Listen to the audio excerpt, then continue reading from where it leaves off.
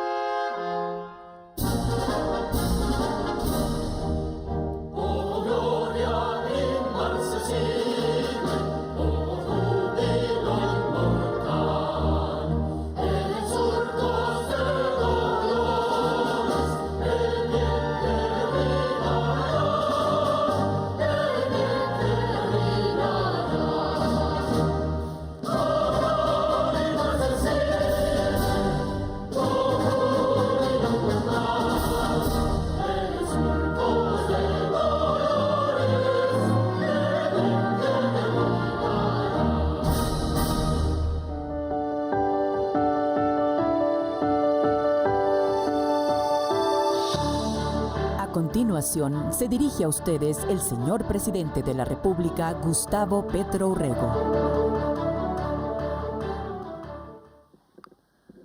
Buenas noches, colombianas, colombianas. Este día que empieza con esta locución, los invitaré al final a pasarse a los canales públicos masivamente para ver el Consejo de Ministros. Está prohibido presentar el Consejo de Ministros en los canales privados. Estoy absolutamente en desacuerdo con esa tesis jurídica. Canales privados no son privados. El espectro electromagnético por orden constitucional es del pueblo de Colombia, de nadie más. Y por tanto una prohibición de esas es ilegítima e inconstitucional, pero como aceptamos los fallos, entonces solo haré esta alocución, pero los invito a pasar a los canales públicos para escuchar a fondo, con todos los ministros y ministras, en qué vamos alrededor de la reforma pensional. La promesa que hicimos en campaña es 100% de cobertura. Todo viejo o vieja en Colombia recibirá bono pensional mínimamente capaz de garantizar su alimentación y su bienestar. Y se generalizará el derecho a la pensión, que es diferente en todo trabajador o trabajadora de Colombia. Toda mujer en Colombia recibirá un bono pensional mínimamente. Toda campesina, todo campesino, todo colombiano. Eso estaba escrito en la Constitución Nacional, pero han pasado 30 y pico años y no se ha hecho realidad porque no se ha querido. Porque buena parte del ahorro pensional que sirve para financiar este programa, y lo hace completamente, disminuyendo los recursos de la nación con que estamos subsidiando pensionados que las empresas privadas debieron haber cotizado en su momento y no lo hicieron, ahora lo hacemos nosotros. Se liberarán recursos públicos precisamente para que todo viejo o vieja, anciano o anciana, miembro de la tercera edad, como se quiera hablar políticamente correcto, se denomine, pero podemos financiar 3 millones de bonos pensionales para la adultez de tercera edad que hoy no tiene nada, que anda en las calles, que anda en los mercados, que anda vendiendo productos como vendedores ambulantes bajo el sol, bajo la lluvia, cuando ya tienen 70, 80, 90 años de edad. Una de las peores injusticias de Colombia que quienes hemos sido jóvenes hemos cometido, porque es la juventud la que tiene el deber de cuidar a sus viejos y a sus viejas. Y cuando una sociedad no cuida a sus viejos y a su vieja, no tiene razón de ser, porque son nuestros ancestros acumulados. De eso hablaremos más a profundidad, ahora daré algunas cifras, pero ha pasado en toda esta semana muchos hechos que ameritan comentarlos, discutirlos, aún son muy recientes para tener análisis completos. En esta semana me mataron, la extrema derecha con su instinto subliminal puso en trinos lo que deseaba, entonces me presentaron muerto. Pero también hubo un hecho que físicamente nos acerca a algo que hay que analizar más a profundidad. Aquí con Augusto Rodríguez hace meses, con la Dirección Nacional de Inteligencia hace meses, venimos analizando una serie de hechos e informaciones que indican que esto no es un solo episodio. ¿Cómo pudo un soldado del año 2020 tener un arma rusa del año 1980 en sus manos? Porque se enamoró de una habitante de calle. Yo no me puedo creer esa versión. A 3 cuadras del Palacio, donde ya no entran tanques de guerra y esas armas son antitanque. Antitanque, quiero explicarlo, producen un calor tan intenso que derrite el blindaje y entra al interior y con el calor mata todo lo que hay ahí vivo. Sirve contra los tanques, obviamente, sirve contra los carros blindados. Por esa calle solo pasan los carros blindados de la caravana presidencial. Un arma rusa RPG-7, que como han dicho, no es que sea inutilizable una vez se dispara, sino que es reutilizable, a diferencia de los M72 que nosotros llegamos a tener. 1982 se desbarataron. ¿Cómo es posible en el año 2022? Yo ya había pasado por un acontecimiento que investigamos sobre la entrada de francotiradores a Colombia para disparar desde la séptima con 19, información del embajador de los Estados Unidos, con direcciones geoposicionadas de los apartamentos que había alquilado. Ellos pensaron que iban mordisco para dispararme desde ahí el 20 de julio. Nosotros cambiamos la ruta y pudimos hacer la marcha del 20 de julio un poco retardados, con la crítica de Vicky, como siempre. Pero, ¿por qué la DIPOL me entregó una versión completamente diferente de los hechos a la que me entregó el embajador de los Estados Unidos, del gobierno Biden? ¿Por qué lo volvieron todo un tema de microtráfico? Acusaron a un muchacho que yo creo que es inteligente y dijeron que solo había 5 kilos de pólvora negra, con lo cual no se podía matar al presidente, y 0 francotiradores, cuando la versión de la CIA fue en manos del gobierno estadounidense que eran francotiradores profesionales. Nunca los buscaron, nunca los encontraron. Después trajeron misiles, después de explosivos, dimos las direcciones de las volquetas llenas, que se iban a llenar de explosivos para en un trecho que siempre usarlas. Nunca capturaron las volquetas.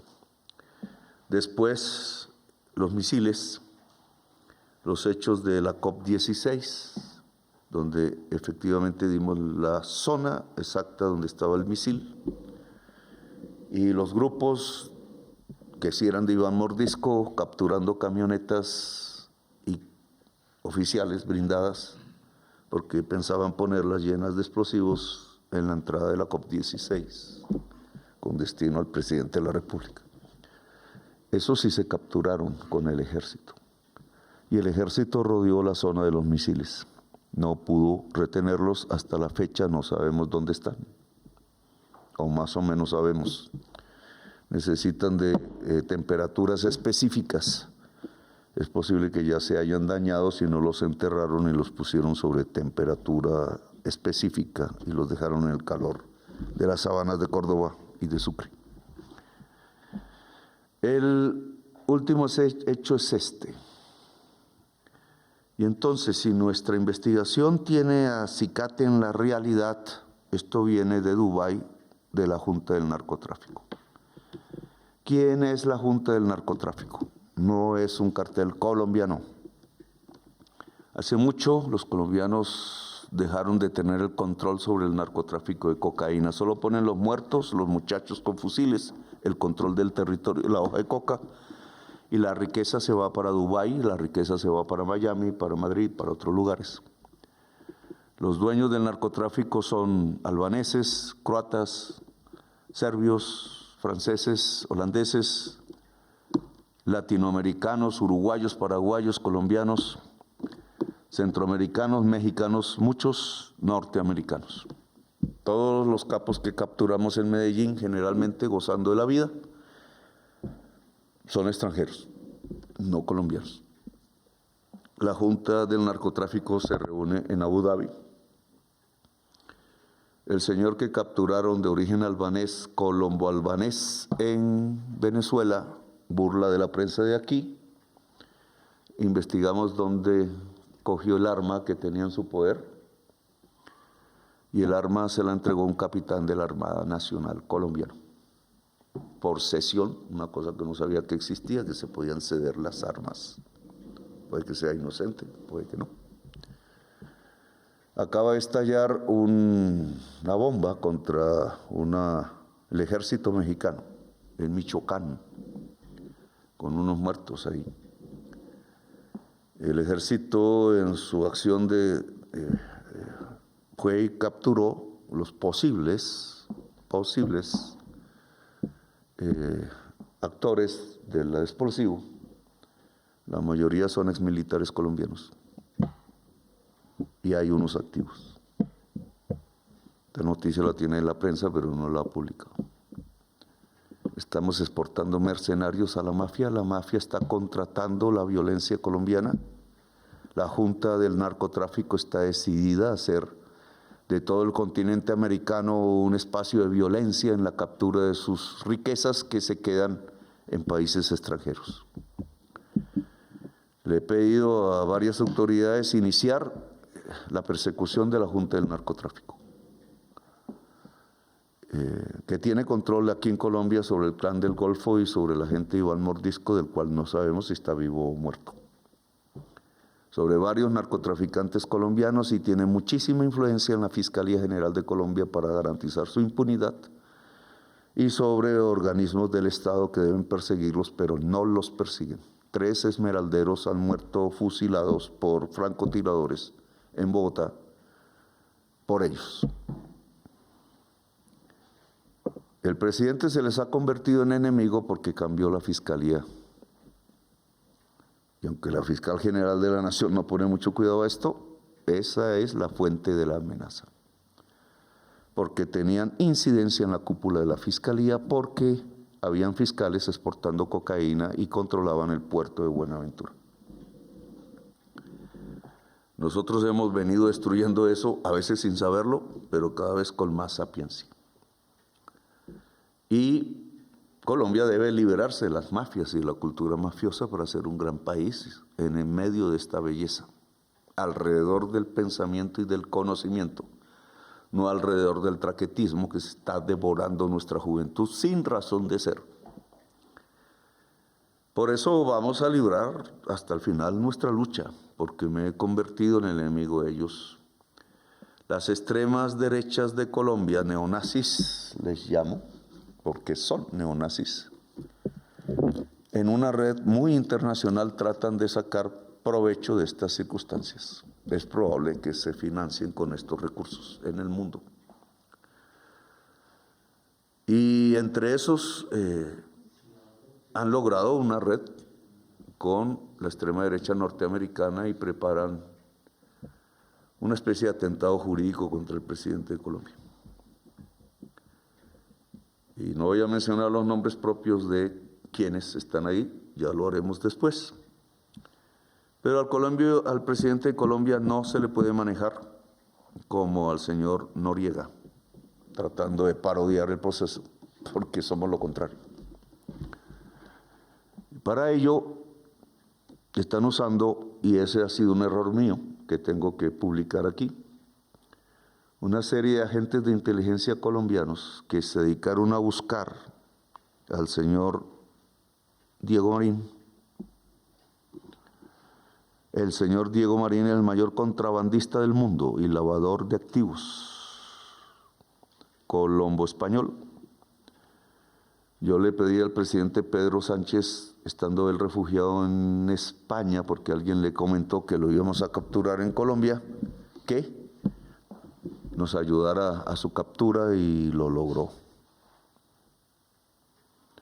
Al presidente Pedro Sánchez le he pedido que hable con el gobierno actual de Portugal, que ya le había pedido antes de elecciones, lo mismo en Portugal, porque está él ubicado en Portugal.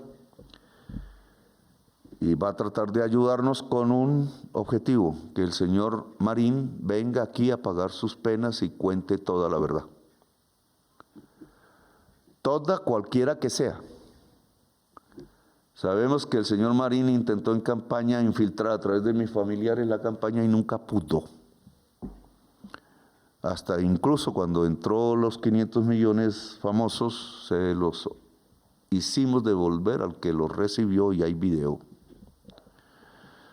Solo que el video creen que lo tiene una sola persona, que es un agente de inteligencia español, doble, trabaja para ambos, saca plata, es su único objetivo. Un artículo sobre él está publicado en El Mundo y es cierto. Y usó la inteligencia colombiana para sacarle plata a Diego Marín y varios otros han hecho lo mismo, porque Diego Marín trata de sobornar y no aceptar la propuesta del presidente. La propuesta del presidente es que venga a Colombia y hable todos sus 38 años de vinculación con la política colombiana y las instituciones colombianas, protegiendo su contrabando que ha arruinado a miles de mujeres confeccionistas de Antioquia, de Bogotá y de muchas regiones del país. Ahora los norteamericanos quieren llevárselo a Estados Unidos y por eso no lo han traído aquí. Pero para usarlo, y entonces yo le solicito al presidente Trump, porque soy consciente, a pesar de las distancias ideológicas con el presidente Trump, que en el seno de las sociedades blancas de los Estados Unidos hay una genuina lucha por la libertad, por los criterios republicanos, por una idea de democracia y de autonomía comunitaria que respeto. Porque nosotros aquí también la tenemos como latinoamericanos, hijos de la igualdad, de la libertad, de la fraternidad. También somos republicanos y demócratas. Y no es posible que neonazis mafiosos se tomen los gobiernos de América Latina, las fiscalías de América Latina, pero tampoco las instituciones de Estados Unidos.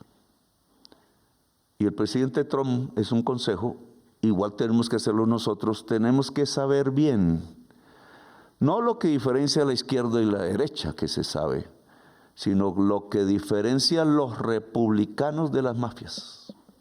Porque hoy los neonazis se visten de mafia y se financian con la mafia. Y esos neonazis no tienen nada que hacer ni en el norte ni en el sur. Los republicanos no admitimos neonazis. Los demócratas no pueden admitirlos. Muchos se hicieron matar, millones de americanos, millones de soviéticos, millones de europeos en los campos de batalla de Europa para que su proyecto no triunfara en el mundo. Y ese proyecto hay que volverlo a derrotar. No continúo con esto, pero entonces la fiscal general y mi embajador en el Vaticano, el doctor Velázquez, que es el que investigó la parapolítica en Colombia, el que logró detectar cómo el 35% del Senado estaba arrodillado a la mafia colombiana bajo la forma de paramilitarismo y habían hecho un genocidio con el pueblo colombiano. Ya contamos 700.000 muertos asesinados desde el 9 de abril. Eso no puede seguir. Y por eso atacan al señor Velázquez y a la fiscal general de la Nación, y hay neonazis colombianos muy poderosos detrás de estas mafias guatemaltecas tratando de humillar a quienes descubrieron la verdad en Colombia y en Guatemala. Y yo espero que los Estados Unidos se alíen no con los que están haciendo este tipo de amenazas jurídicas que van por el presidente de Colombia, sino al lado de quienes queremos luchar a fondo contra las mafias, porque son enemigas del mundo. Por eso hoy pedí que empecemos a construir una demanda ante la Corte Internacional Penal por los delitos de lesa humanidad que estas mafias multinacionales vienen realizando en Colombia, en México, en Guatemala y en muchas partes de América Latina y de Norteamérica. Dejo este tema, que es muy profundo y hay que seguirlo estudiando, y paso entonces al tema de la reforma pensional. La reforma pensional depende de la Corte Constitucional en este momento como ley de la República, aprobada por el Congreso de Colombia. La Corte Constitucional tendrá en sus manos no otra instancia judicial, sino la Corte Constitucional, el decreto de convocatoria a consulta popular que haré en esta semana. Sé que me va a caer todo y sé que voy a acelerar las amenazas que hay sobre mí, pero es que el pueblo debe expresarse porque es el dueño del poder político en Colombia.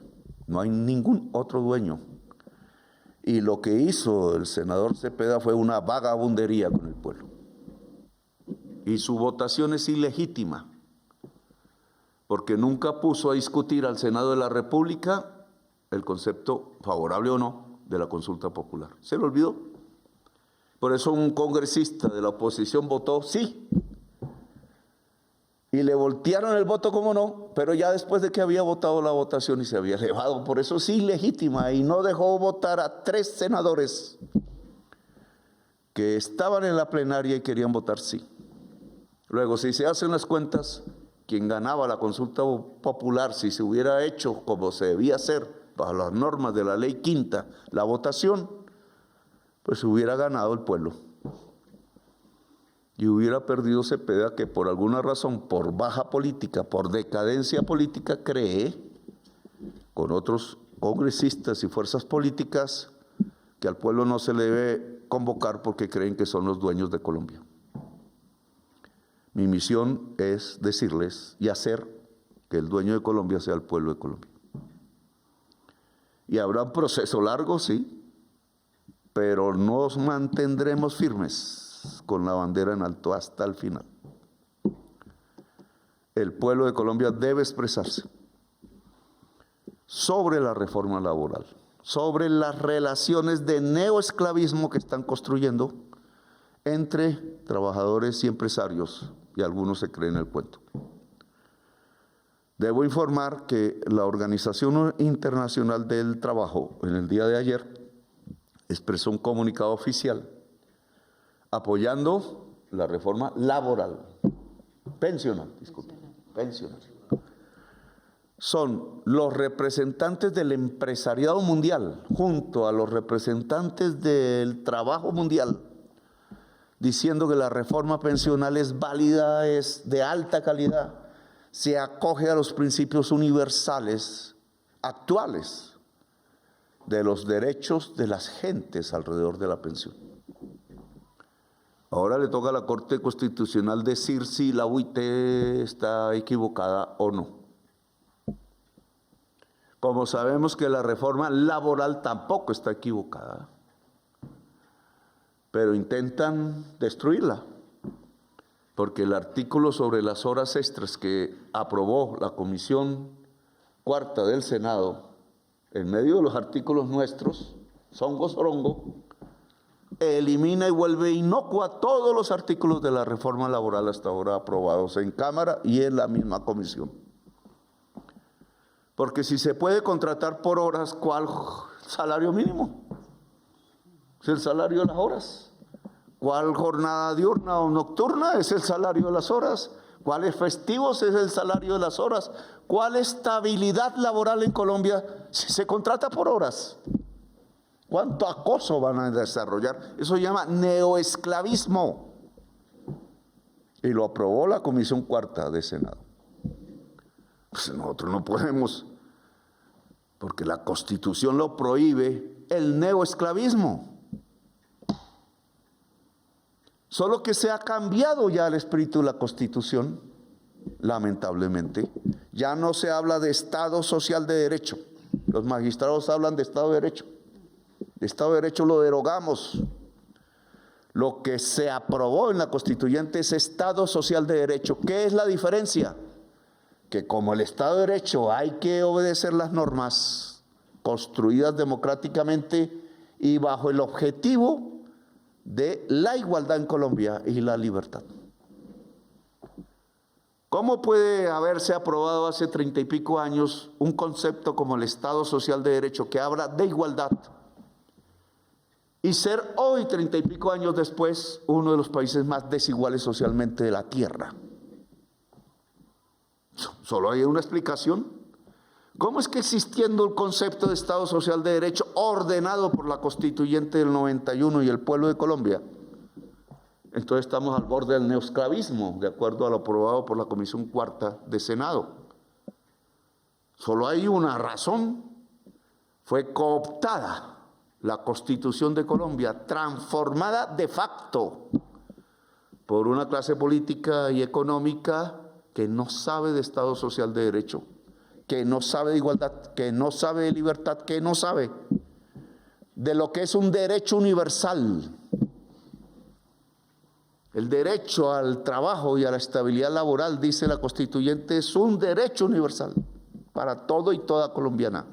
El derecho a la educación es un derecho universal, no para élites, que si pueden pagar tienen educación o no, y han excluido a millones de jóvenes de Colombia porque no tienen con qué pagar y lo condenan a estas mafias de las que he hablado. El derecho a la pensión es un derecho universal, no un privilegio de quien puede cotizar o no en un fondo privado, que además el 80% de quienes cotizan en los fondos privados de pensiones nunca van a tener una pensión. Les devuelven el ahorro con pocos intereses, pero no la pensión, que era lo que se trataba en la Ley 100. Y entonces, yo creo que hay que restituir el Estado social de derecho en Colombia. La orden de 1991, la orden del pueblo. La orden que dice que esta sociedad tiene que ir a la igualdad, a la libertad, al pensamiento, al conocimiento y a la belleza, porque la tenemos. Y por eso voy a decretar la consulta popular. La Corte Constitucional decidirá, indudablemente. Puede o no decidir, de acuerdo a las normas existentes. ¿Por qué decreto la consulta popular? Porque jamás hubo un concepto favorable en el Senado de la República. Hicieron trampa. Y ojalá la Corte Constitucional de hoy nos ayude a reconstruir el concepto de Estado social de derecho, búsqueda de la igualdad, de la libertad humana, que no es ir a un supermercado como piensa mi ley, porque al supermercado solo puede ser libre para comprar el que tiene dinero. Y el derecho no es para el que tiene dinero solamente, sino para todo y toda ciudadana. Y ojalá la Corte Constitucional entonces nos ayude en restablecer no solo este principio del Estado social de derecho, sino el principio de la soberanía popular, que reza la Constitución: el único dueño del poder en Colombia es el pueblo. Y nadie puede acallar al pueblo. Y si dudan que la mayoría no está con la reforma laboral, déjenlo votar y veremos quién tiene mayoría. Al presidente le corresponde silenciarse en la campaña. Solo el comité del no, el comité del sí harán las campañas. El comité del no tiene mucho apoyo poderoso económico. El comité del sí tendrá que autofinanciarse con la fuerza del pueblo. Hay muchas cosas que el pueblo puede hacer gratuitamente que los más ricos solo pueden hacer con miles de millones de pesos. Entonces, ahora pasamos al tema de la reforma pensional. La reforma pensional hoy tiene aval de la OIT, como ya mencioné. Ya en los números que tenemos ya hoy, sin la ley, y que podemos ya operar, pasamos de una cobertura del 24%. Durante todo el siglo XX solo hubo una cobertura del 20%. El 80% de la gente que envejeció en ese siglo nunca tuvo una pensión. Los que los hijos sostenían, los sostuvieron y los otros murieron de tristeza. Hoy podemos ya garantizar con los recursos que tenemos que pasamos de una cobertura del 24 al 52% en diciembre, cuando comience el 2026. La mitad de nuestros viejos.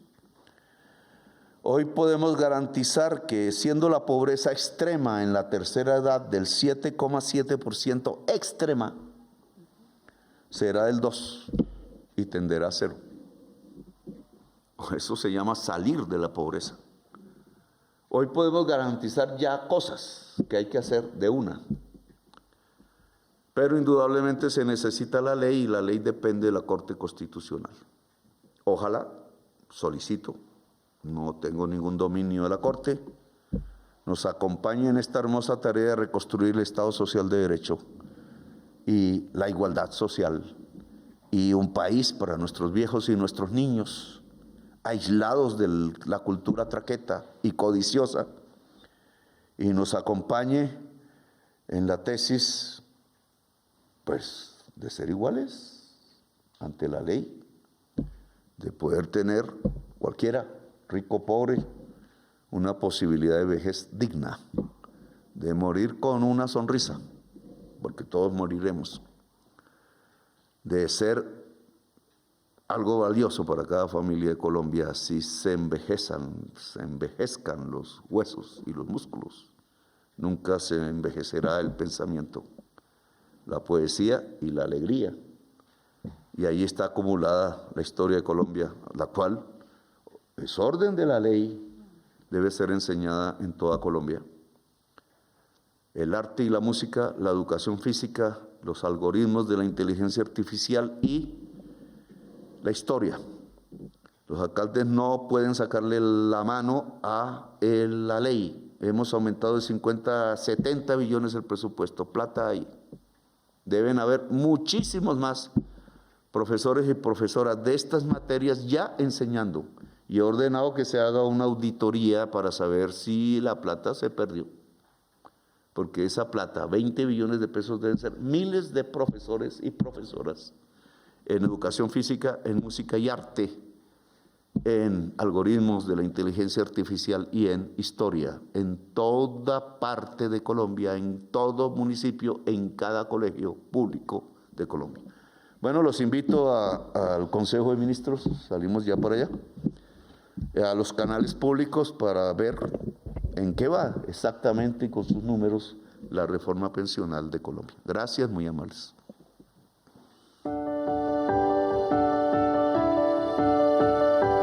La anterior fue la locución del señor presidente de la República, Gustavo Petro Urrego.